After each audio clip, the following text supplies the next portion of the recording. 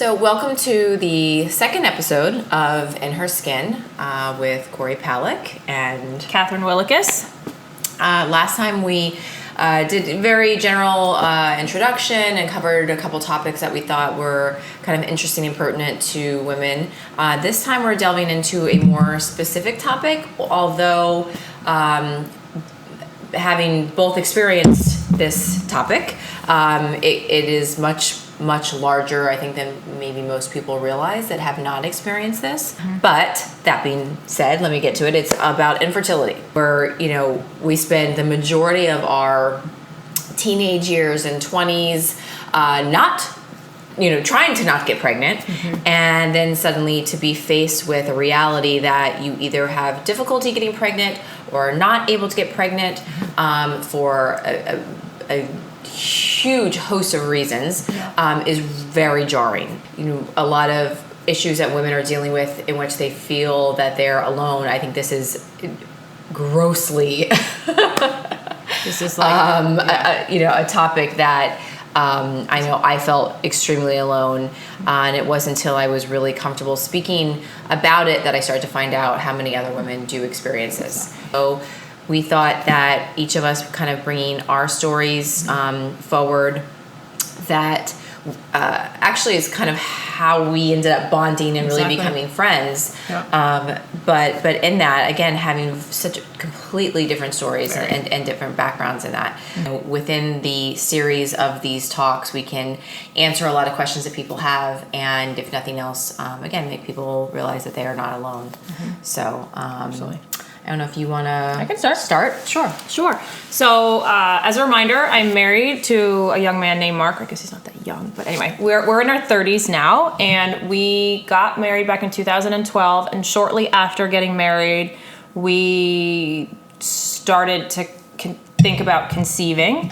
I'd been off the birth control pill probably for about 9 months. Always had irregular periods, but didn't really think much of it.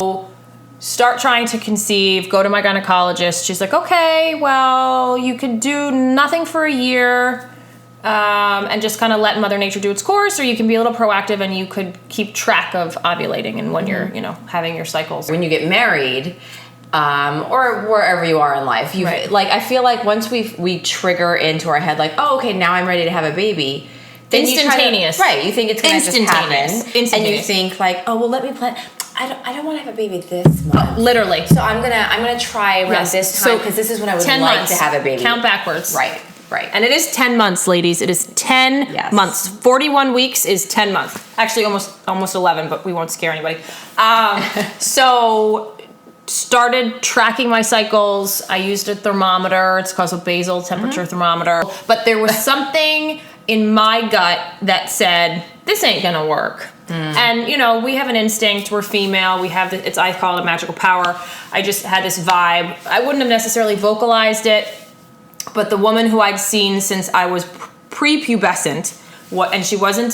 She was a nurse practitioner. She was amazing, older woman.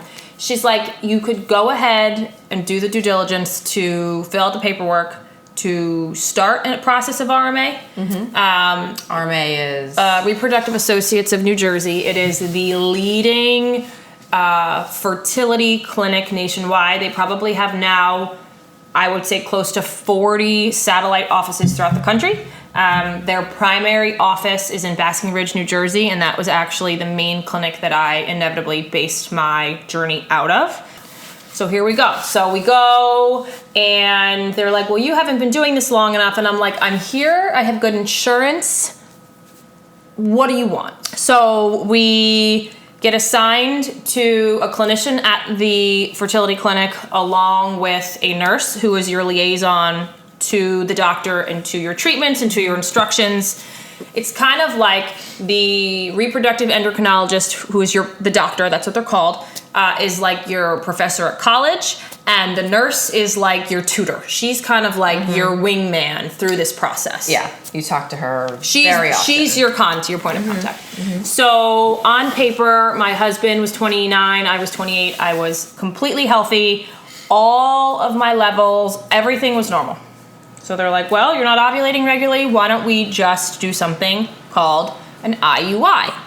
bottom line, we did 2 rounds of Clomid, 3 IUIs, all no mas. No pregnancies. Basically hoping that your body's going to take over its natural process. Nothing happened. Right. So then we go to IVF, which we will go into much more detail about what that is. We did a round of IVF, but all of the embryos arrested on day 3. So the what the fuck appointment is the appointment that you have with the RE after to basically summarize and give a synopsis as to what went wrong with the basically 27 days of needles, time, ultrasounds, driving, the last month of your life. He's like, well, either that was a fluke or you have something wrong with you. Seriously wrong with you. Because someone with your statistical demographics, you on paper are a prime specimen to make babies. You have something wrong with you. Or it was just a bad luck. And I was like, well, I'll take bad luck. None of which feels great to hear. I was kind of like, what? Like, that's when Catherine, you don't know me well enough, but when I have to deal with like serious life event and I get a really hard exterior and I grow a shell that is really shiny and strong, and on the inside I just zone out and I just like keep marching. And that's kind of what I do. So I kind of go into this mode where like, you can't tell, like you're gonna tell me I can't have a kid, that this isn't gonna work, but I want it. Right. Like now. And you're telling me I'm supposed to be able to. Right. So everything looks good on paper, so I don't understand. Right. So then we go and do another one. And all the while, I think the first one I was partially private about it. My personal life and my extracurricular life is very active and publicly active. I have horses and I compete and I travel and I show. And the toll that the fertility drugs and time took on me and my body, I wasn't able to go and travel. I had to go for a vaginal ultrasound every 2 days at 5 o'clock in the morning, and I had to be monitored. I put on 15 pounds. Like, life changed. My purpose became getting pregnant. So we then go through 4 rounds of IVF. They probably retrieved 80 eggs. That's incredible. No. Over 100 eggs, 80 embryos. Wow. Over 4 rounds of IVF. But of course, the 3rd and 4th rounds of IVF that we did, I was already known in the practice, and that sounds a little like weird. Why is this random girl on a podcast saying that she was known? But like when they would have every 2... It's because of the hard exterior and my the shell action figure like movements. Right. So basically every Tuesday they would have meetings where all the doctors would get together and they'd talk about cases, and there were days that I would sit in and talk about myself, and we would try to brainstorm as to what the fuck was wrong with me. No one of course could ever figure it out. So 4 rounds of IVF later, every single embryo arrested before day 3. So on the 5th round of IVF, which was the first one we paid out of pocket because we had a Cadillac insurance policy, I took a break from it and went like Hail Mary. I was already doing gluten, dairy, alcohol, sugar, quinoa free, and then doing all these other things. But the 5th round was where I literally I started doing weird drugs from overseas. And it was kind of like they threw the kitchen sink at me because they were like, well, if this doesn't work, you're going to have to get an egg donor. And that was something, or adopt, or just go get another hobby and start knitting. The 5th one didn't work. And then it was... I'm going to pause you for 1 second and just, in this moment... Yeah. Let you get it. I'm drinking. A little bit of wine there. Now, I don't know this for sure. Right.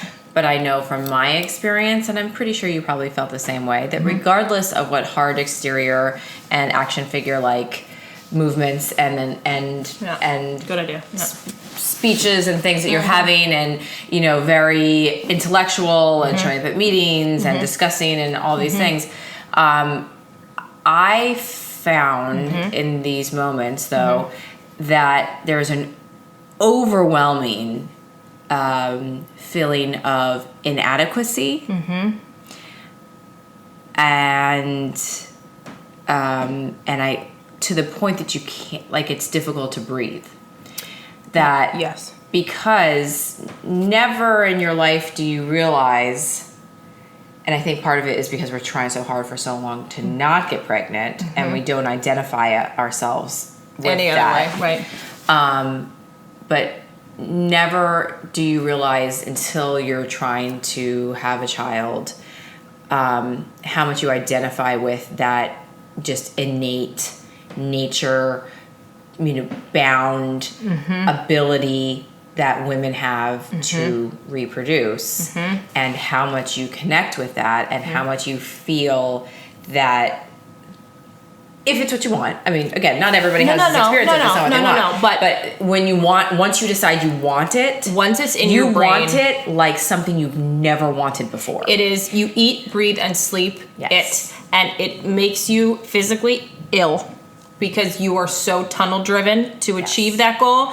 You become an exterior robot, and you forge. And to be told, even temporarily, that you can't. Or to be trying and realizing that it's not happening, or to fail at it, you feel like a failure in your womanhood. Because again, it's not to say that women aren't more than this. Right. Of course they are. But when you're in that moment and you decide that you want to become a mother, right, and then are not able to, it's a feeling of failure that I can never really completely describe. Right. And you feel like you like you're falling apart from the inside out. Yeah. No, I think, okay, to get away from my like anecdotal story history, there was never anything wrong with my husband.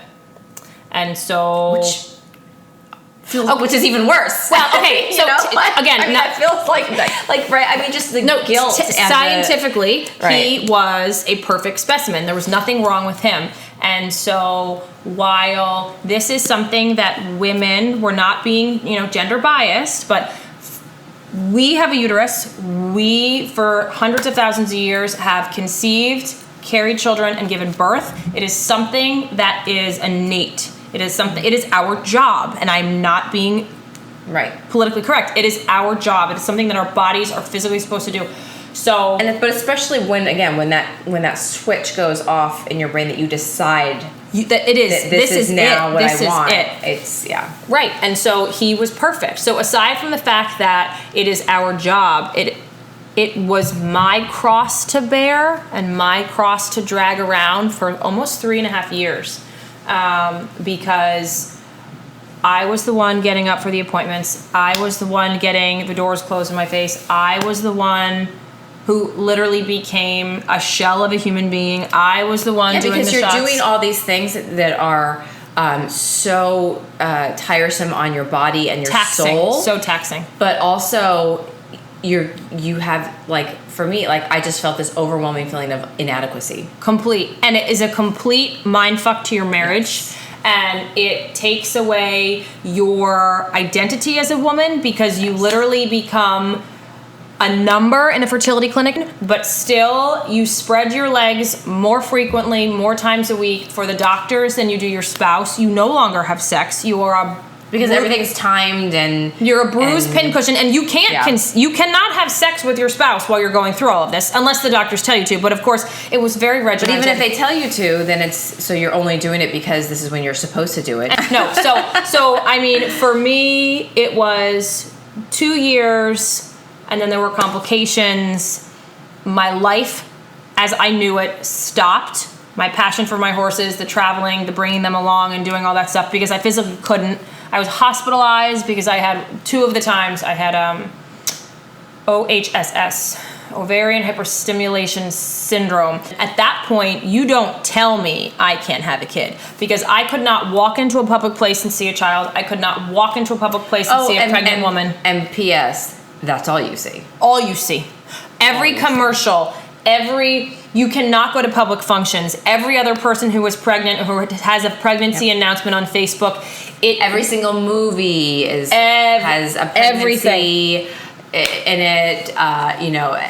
It is all-consuming nightmare. Every person, all-consuming nightmare. Basically, every person you see might as well be pregnant because that's all you see. Yes, to the point where it is like you don't even want to leave the house. You are no longer who you are. You inevitably regain who you are. You know, my little girl just turned 3, so I'm a valid proof that like life turns around. But in the throes of that, I wouldn't wish that process onto my worst enemy. My husband and I, we are not having more children. It literally ate at your soul, and it scars you in this intangible way. It takes away your sunshine. That's so cliche and cheesy. It takes away your smile. It takes away how you look at life. It takes away how people take their lives for granted. How people take their children, raise their kids. How they raise their kids, how they take their children for granted.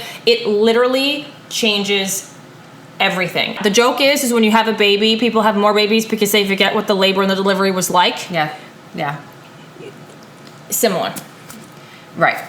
Because it wasn't that long ago, but it wasn't. It's hard to pull it back. It's funny, even hearing you talk about it, I'm thinking to myself, wow, am I going to be able to remember that much detail about it? Because there's so much of it that I have blocked out. And now if you were to ask me about it when I was in the throes of it, I mean, I had every milligram, every dosage, every... Verbatim. You know, what time I'm doing my injections, what it was like, what, you know, and... Yeah.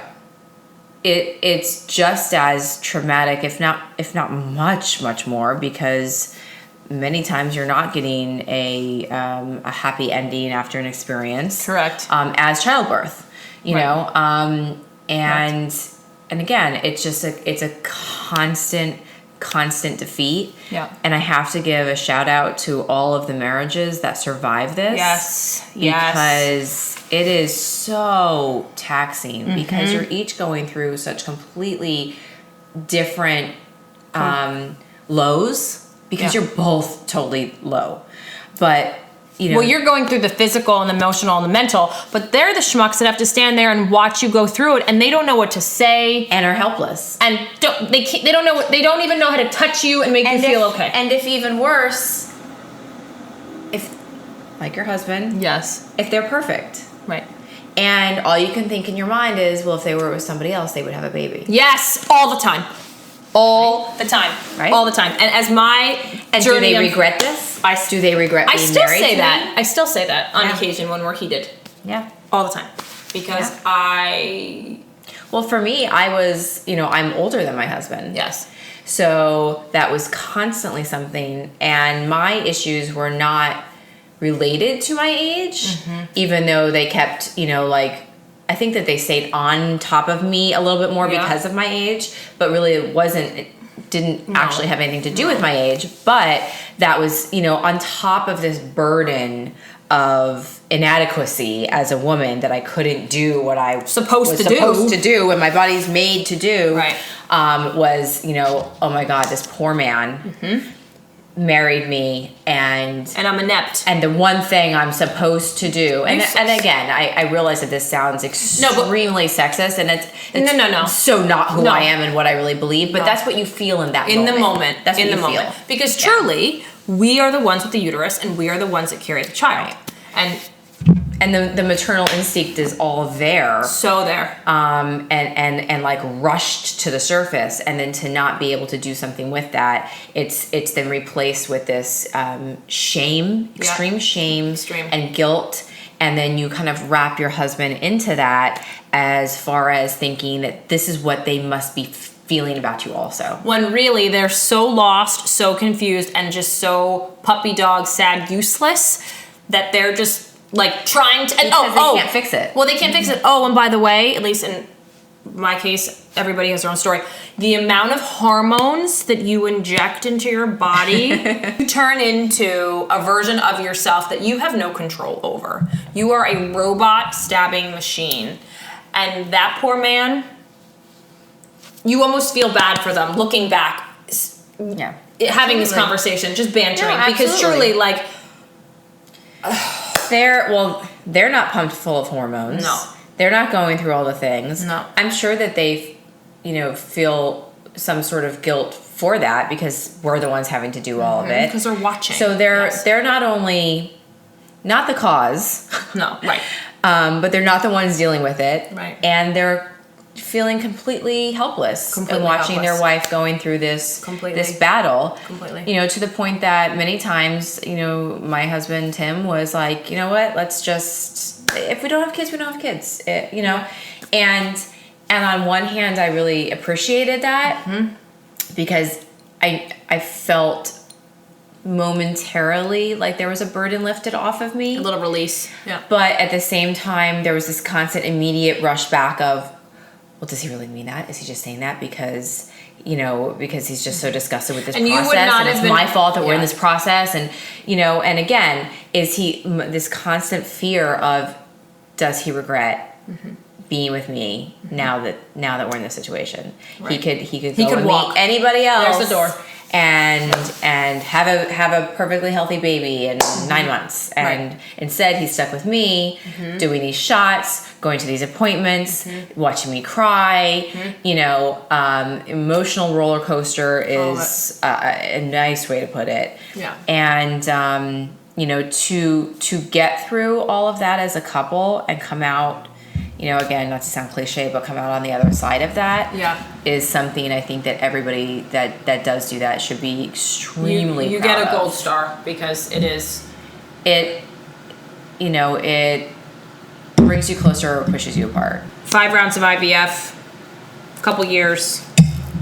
I was now pincushion with no kid, and now I couldn't leave the house without being held back from everything and anything. I omitted myself from public events, family events, couldn't do anything. I was a ghost of who I used to be because I didn't know who I used to be because all I had done for the past... become your identity. That is because who I became. Yeah. Now, I was quite candid about my process going through it within reason, so it justified why I wasn't at X, Y, and Z or public or whatever else. And at that point, Mark was like, okay, well, we're done. We're not going to have children. You can't have kids. And my very close friend and the head of embryology was like, you need an egg donor. And again, as to back up, an egg donor is a woman of ripe, fertile age who has passed through a rigorous screening process, who is willing to give, I have to use my words wisely, who's willing to give her genetic material to couples in need. Because that's not an easy thing to decide either, right? There's a lot that I'm sure must go into that on her end. I would be able to, even though I know what I know and I feel what I feel now, I don't know if I would have been able to have been an egg donor. Yeah. Even though I received a gift, inevitably, that gave me a glitter eyeliner mascara wearing deer. We put on makeup for the first time. She has a school parade at school tomorrow. I don't know if I would be able to give the gift that I was given. Again, I never will have that opportunity, but I'm just throwing that out there for communication. No one wants my rotten fucking egg. My useless eggs. Oh, fuck, that was funny. Okay, so bottom line, egg donor. So to summarize that process, it's online dating services, but you shop for a woman. And I literally connected with agencies. The one I use happened to be on the West Coast. And my husband and I went online and we literally shopped for a woman. On a few sick, drunk occasions, I asked Mark, because I could drink again at that point. And you would certainly earn it. Are you looking at them like you would want to fuck them? Like, what are you looking? And what are you looking for? And he was like, and what he said to me is, he's like, I'm looking for someone that could be like you or your sister. Do you know what I'm saying? Yeah. So for me, I've always wanted a little girl. I don't know, it's just my thing. And so part of me was like, if we have to go this route, I will strategically aim to have a son, because there's no way in God's green earth I could have a little girl and look at her and not see myself. And inevitably I have a little girl, so there you go. So much for control. Well, if there's one thing about this process that I was constantly battered in the face with, was the fact that we have no control. No control. None. You are You know what's funny is when I look at your daughter, I see you 1,000%. I know. The doctor yesterday, ear, nose, and throat, was like, oh, she's so much like you. She looks just like you. I'm like, Anyway, so we inevitably pick this angel, and she's willing to work with us, and we go through another out-of-pocket IVF. We fly this woman and her 2 children and her mother from Washington State to New Jersey, and they live in a hotel for 10 days on our dime. And she goes through the stimulating and egg retrieval process like poor Lee went through, like I had done 5 times before.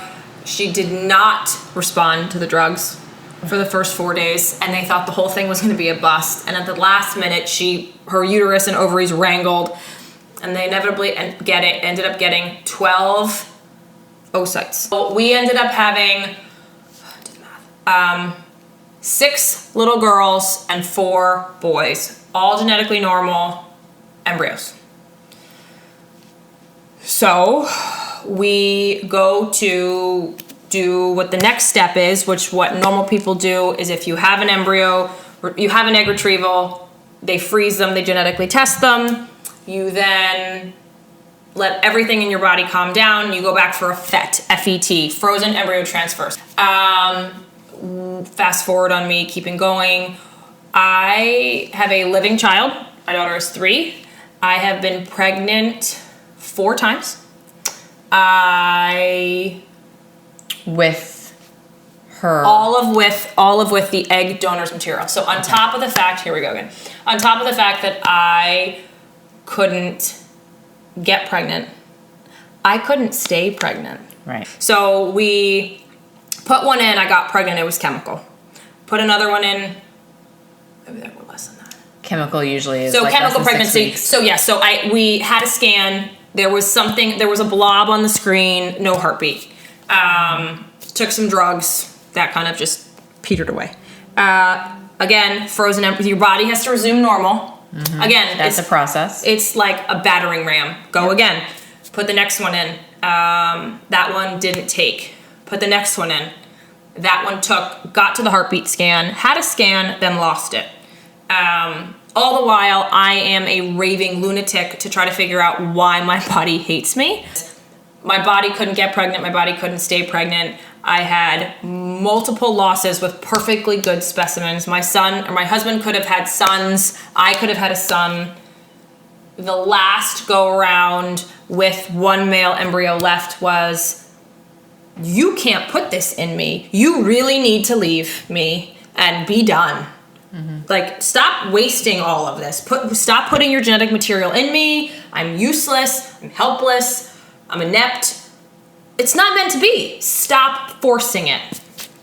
But then I couldn't live with myself because come hell or sitting there. Come hell or high water. Right. How is anybody going to tell me that I can't accomplish something? That ain't fucking happening. Right. So we then put in the last one. Of course, I don't know what it is. It was the last boy. Well, there goes Mark's hope and dreams of ever having a son out the window. My daughter is never allowed to legally change her name when she gets married, supposedly. I learned that the other day. That's funny. I know. And then we get to the girls. And so at that point, everybody at RMA was like, you need a surrogate. You're being told not only can you not be the one to be the genetic material for your child, but you can't carry either. But now I don't have the luxury of getting fat and growing cellulite and doing what every natural pregnant woman should do. Well, okay. So that at that point they were like, well, we're gonna let you. I had 4 embryos left. This was the 4, so I had 4 little girls left. They were like, we'll let you put 2 in and try it. which for those of you that don't realize, now it's changed a lot over the last couple of years. A lot of it has changed in fertility work, and at one point they used to kind of cram them all in there and see what it would take kind of mentality, and they've since changed that because when you have a situation of an individual that is having a hard time getting pregnant or losing pregnancies, it's even more likely with multiples. So they're not going to put a person at risk with multiple pregnancies any longer. So they've kind of veered away from doing that. So the fact that they were doing that for Catherine, shows further that they were desperate. They were just trying to, again, do something to see if it worked. And there has been some research that has been done that shows when there's multiple embryos and they're louder. Right, there's a noise, so to speak. Right, they almost feed off each other, or there's some type of there's some type of connection there that occurs that allows at least one of them to implant and or both to implant better with the both in there. But again, that's really not the ideal that they go for, because it does you're a high risk already, and now with multiple potential fetuses it makes it even higher of a risk. Absolutely. So they have become much more cognizant of the risks that are involved and putting somebody at further risk. But again, Catherine being Catherine, they were like, you know what, fuck it, let's just throw them in there because let's see what happens. At that point, they didn't. At that point, it didn't matter. Yeah. So anyways, long story short, I'm in Florida. I'd done an embryo transfer now 1, 2, 3, 4, at least 4 or 5 times prior. Knew the drill, knew the whole thing. Was flying home for the transfer with my husband. There was snow in New Jersey. I was flying up from Orlando. My flight got delayed 9 hours. There's a window of time. Yeah, everything's timed. So I literally went from when I landed in Newark to the clinic. They were waiting for me. It was a debacle. One embryo got stuck in the pipette. Everybody was sweating. Everybody was screaming. They're dropping things because everybody's sweating, because there was literally an entire clinic's years built up. All built into I you. was not just me. I was a whole lot bigger of a symbol. And anyway, so they changed protocol based on you. They did. They changed a lot of things. They changed a lot of things, which we'll spare you all that right now. So they put 2 embryos in, and they told me to go basically close my legs and not move for 2 days. And that's what I did. And so days past ovulation. Or days past implantation, DPO. So DPI. Yeah. Anyway, the point is 5 days after my transfer, I started peeing on sticks. Another little tangent that Coralie and I can talk about. During your fertility process, you spend thousands of dollars. You spend so much money on first response, specifically those 2 pink lines. I could stab someone's eye out with the amount of time. See, I went for the ones with the words. I wanted to see it say that. I always did those pink ones. I'm a real masochist. Oh my god. Yeah. Masochist. Yeah. I wanted to see it say to me. Yeah. That's it. You're done. No mas. Keep moving, lady. You and your old eggs. So anyway, they put them in. On day 5, I actually saw a line, but I'd seen a line many times before. So at that point, it was like, here we go again. What is going to make this one any different? Right. And of course, there's always the false hope. Well, these are girls. It's meant to be. It's your time. Blah, blah, blah, blah, blah. Yeah. And at that point, you wrap yourself into the whole universe thing so many times, and it just... I was calloused. Yes. And ornery and... pissed off. The bags under my eyes were as big as my thighs at that point. It just was the worst. So I get pregnant. And when you get pregnant and you're working through a clinic, there's something called a beta, B-E-T-A. And that is the blood saturation level. How pregnant are you? How pregnant are you? And it's a number, a numerical number. And that, believe it or not, that numerical number means something is supposed to multiply in a certain amount of time, whatever else. So the number was big. So there's 2 in there. It worked. Well, long story long, I conceived one child. The other embryo, maybe it was the catalyst to get her Got to me. kicked to the curb. Kicked to the curb. And I had a painstakingly normal 10-month pregnancy. And then that's a whole other story. Yes. Her arrival. Yes. But I gave birth to a not healthy little girl who is now healthy and just celebrated her 3rd birthday. So I did it. She was my Mount Everest.